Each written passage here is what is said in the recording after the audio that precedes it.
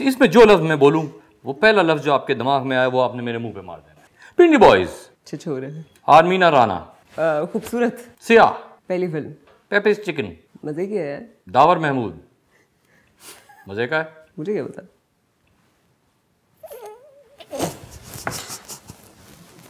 चाय वाला, चाय बहुत मजे की। अबे वो आंखों वाला, आंखों वाला, या फिर कहाँ गया है वो बेचारा? Yasir Hussaini, talented writer, host, Adil Hussain खुड़ूस,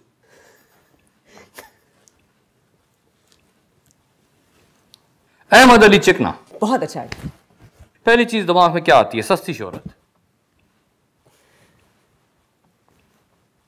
मुझसे कुछ गलत निकलवाएंगे, पता है हम कमीनगी कर रहे हैं मेरे साथ। देखिए कुत्तापन तो मैं और भी बहुत कर सकता हूं आपके साथ। अली रहमान, अंडररेटेड। वजन की मशीन, नहीं देखती। कभी टूटी है? शुक्र अल्हम्दुलिल्लाह नहीं। धरती पे बोझ, बहुत सारे लोग, नाम नहीं लूंगी। चिपकू, आप, लौंडेबाज, आप, जनान के पर्ची, पर्ची, पटियाला शलवार के जीन की पैंट, पटियाला शलवार, साहिर लोधी के वकार जका, साहिर लोधी, महरीन जब्बार के असफर जाफरी,